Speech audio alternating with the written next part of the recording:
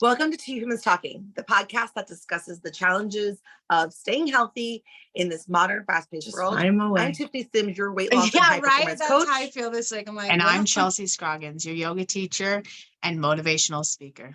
Let's get to talking. We're definitely doing it one step at a time for sure this week, but it's been a good week, I must say. You know, it's been like hectic, but then also like steady and calm. You know, it's been weird. It's been like, I feel a little, I woke up no voice. I think that's just from coaching the last 2 nights and not having used my voice in that way for, almost a year now. And so I think my throat's just a little tired. I sound like I have a cold, but I don't. I'm just tired. But my body, I woke up this morning and I felt like I had just run like a marathon.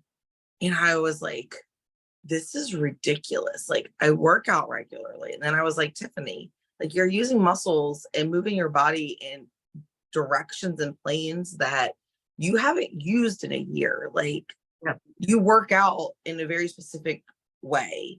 And now you're using muscles in a different way than what you train them. Like, of course, they're going to be sore. And it was also a really good reminder that as I've gotten older, I've never had to think about this before. But as I've gotten older, there's a lot of like one-dimensional movement and not as much like twisting and turning. So like you take a field hockey stick and it's all like, twisting and turning. And so like I'm sore but the point of that was I need to become intentionally minded to train my body in that transverse plane. So that I don't get rigid because I didn't know what was happening. and you know what's so cool is through yoga, we do all that, right? And I know you probably know this already, but back in the day, you remember when you would have to like roll your window down like this? Mm-hmm. There's no just push a button, and then you would have to do it to the passenger side. So you'd reach over and you'd roll it down. We don't have that anymore. So a lot of us are not going laterals anymore either. And we're not doing the twist to hurry and get that. We're just deep, boop, deep. It's just straightforward, back and forward, back and forward. Yeah. The only twisting I really get is when I'm, strengthening my core muscles and I'll do, and you do any kind of rotational like core movements, but that's not like in motion. It's true. It's very true. Oh, and it's not under load or under tension. It's just truly just moving those muscles, like strengthening those muscles in a very controlled environment. It's not like reaching and swinging and pulling. And so it was very eye-opening the last 2 days of how my body feels today. But what's so cool is that you're noticing that. Like a lot of us are like, oh, not? But why? Why is my side hurting? Because a lot of us are numb to it. You know what I mean? Like they don't know why they're hurting. They don't know. Oh, okay. They're not aware of their body like that. I mean, that's a skill. That's huge, huge. And I'm proud of you. I know you're like, oh my gosh, I'm sore and I have to do this. And that's huge. It's just, you're like, people don't notice. I'm like, how do you not know? Like my body hurts. Like I'm so not like hurt, I'm broken, but like I'm sore, like really sore. And it is like, it's like almost even a shot to the ego. Yeah. Because you're like, wait, I've been working out for 13 years. I've been working out daily for the last year. Why am I sore? I've been working out almost daily for like the last 10 years. Why am I sore? Yeah.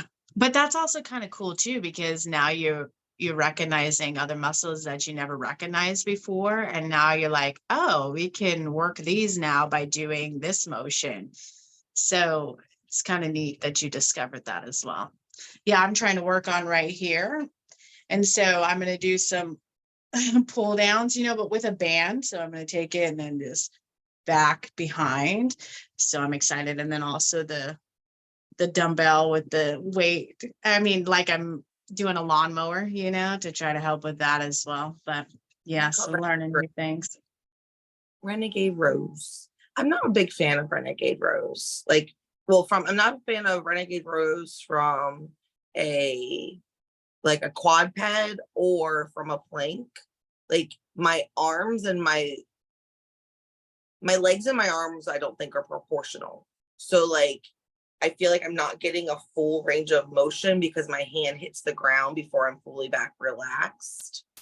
And then Oh, are you doing them standing? well, no, like if I'm in my quad, so like with Renegade Rose, those are when you're on like either on all fours with the weight in the center of you and you just do one at a time to help I just, put more in your core, or from a plank. I like, or you just talking about traditional rows, like yeah, standing but up?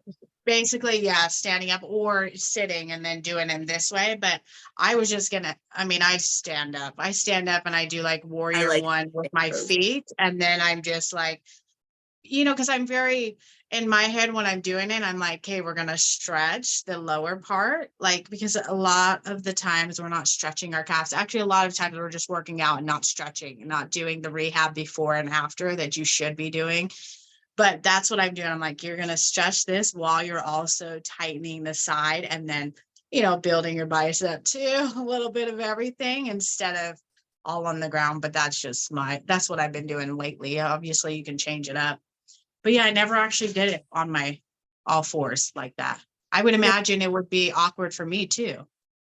yeah, I just don't feel like it's just I don't feel like I get into the right muscle. Like I don't my I don't know. I don't know Yeah. if it's my form is incorrect or if like I really don't You know. But I probably are feel like right. You activating the proper muscles so then I don't feel like I'm actually serving myself by going through the just, motion.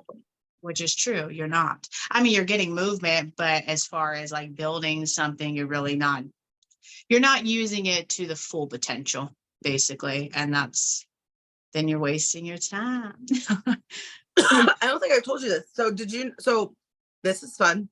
The last three weeks.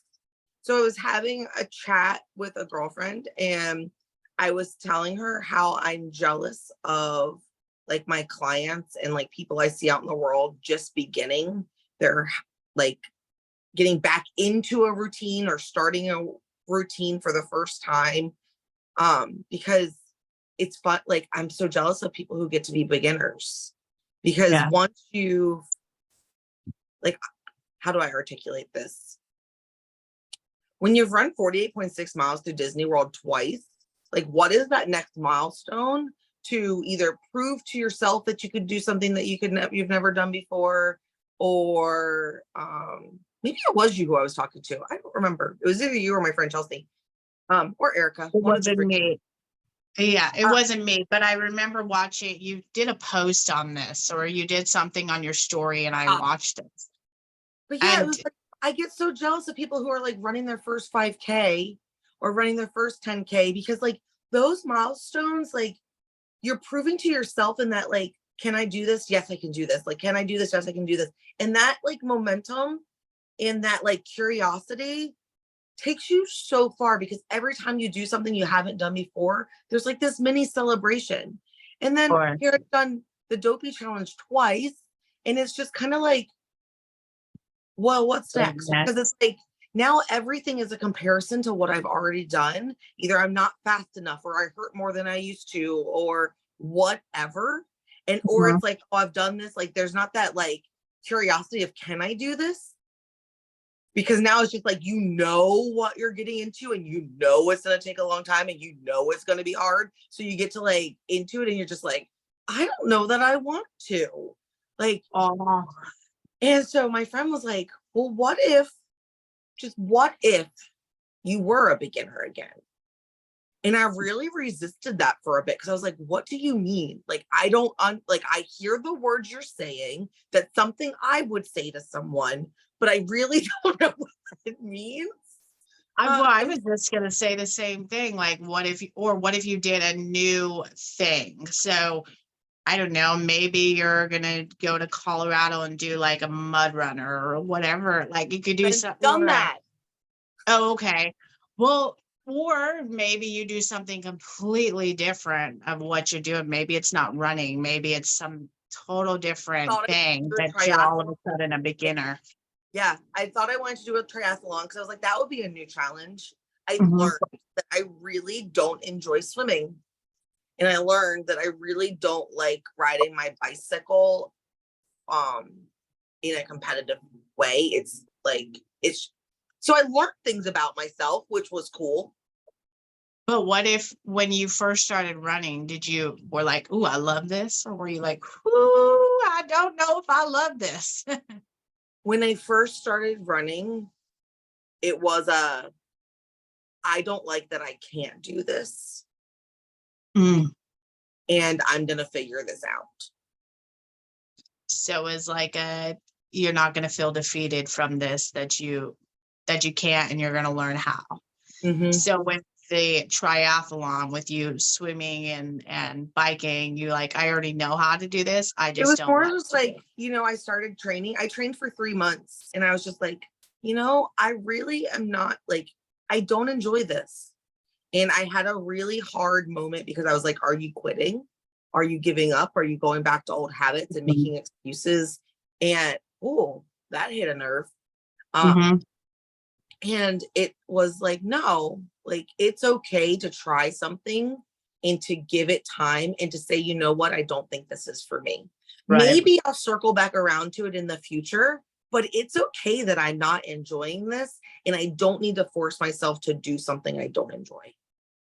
And maybe you do something totally different, like, I don't know, sewing a dress or like something that's totally not exercise related. Maybe you be a beginner in some other aspect, and then you have those qualities that your clients are now having, but it's not with exercise, it's with another Fun twist too. thing. And then you're still can relate fully. You're like, yeah, you know what I mean? It's still relatable, but it's not the exact same hobby or That's kind thing of that you're fun doing. too.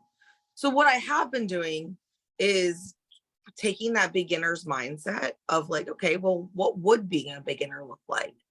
And so I've gone back to basics and I have dropped my weight significantly and truly focused on form, range of motion, and mindfully activating my muscles and not just going through the Going through motions the or motion. going through them in these like crazy convoluted advanced ways because I could. And I didn't realize how much I had been cheating my body Mm. because like I was noticing that when I slowed it down, I kept putting most of my weight. I was still in my heels, but it was on like the front part of my pads where I still felt like I was evenly distributed. So I was being quad dominant when I was squatting.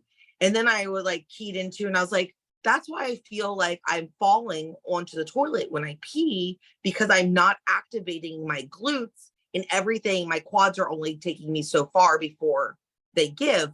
And so it's been beautiful and I've really enjoyed it. And I love that I get to knock my weights back down and refocus what my workout is about. And it's I not always love it. about calorie burn right now. It's about truly the mechanics of it. And it's so cool. It's Can so I add something in there to maybe see if you'd like to do it? Of course I can, but try doing it with a full breath, like slowing the breath down and doing it with that exact breath, and just see if that helps, enhances, or makes it more challenging or whatever have you. Just to see, I'll just to keep that see if you can in do mind today it when I with work out. your breath. I'll keep that in mind today. But that's you're a beginner again. You're going back to the foundations, because that's basically what beginner does. You start with the foundation and then you just build upon that. Yeah. It's proud of you. In that journey, I if you're constantly going for the next PR, eventually, at Right. some point, you will have in your lifetime your last PR. It will be the most weight you have ever moved in that specific move. And then you can start playing the game of this is my PR at this age or in this decade or whatever. But like, so training yourself of like, how do you stay engaged without turning into motion, without pushing yourself to a point where you're hurting yourself or beating yourself Right. up for not being more. Like, how do you appreciate while still really working hard? Because at some point, like, I don't want to run 50 miles in one go. Like, I don't want to go do an ultra and do 100-mile runs. Like, so my running distances have literally reached the max that they will ever go. Right. And I consciously have decided that I'm done running full marathons. So I have done my last 26.2 miles that I will ever run in my. You did it. And you know what? That wasn't the emotion, it was the sadness of knowing that that chapter is closing because I don't enjoy it. My body doesn't enjoy it. I like my joints don't enjoy it. It's not enjoyable. But Mhm. knowing that I will never run further than I've already run, and I'm 38 and I have a whole lifetime ahead of me, like, that's scary to me. But here's what I want you to think about is you still will run it. It'll just be in increments over time. It won't be all in one afternoon. So stop beating yourself up, and you can do that by tracking it if you want to, and just to make sure that you're still progressing on your second half of your life. Who So knew the conversation would turn into an identity crisis? There is a grieving I did. No, I'm just kidding. there's a grieving process, and I don't think it's talked about. Like, there is a process when you close the chapter of one door. And here's the key, like, if you decide, like, you're going to close this one chapter because it's no longer serving you, or you've gone as far as it's going to go, or, like, you have to open another door, or Mhm.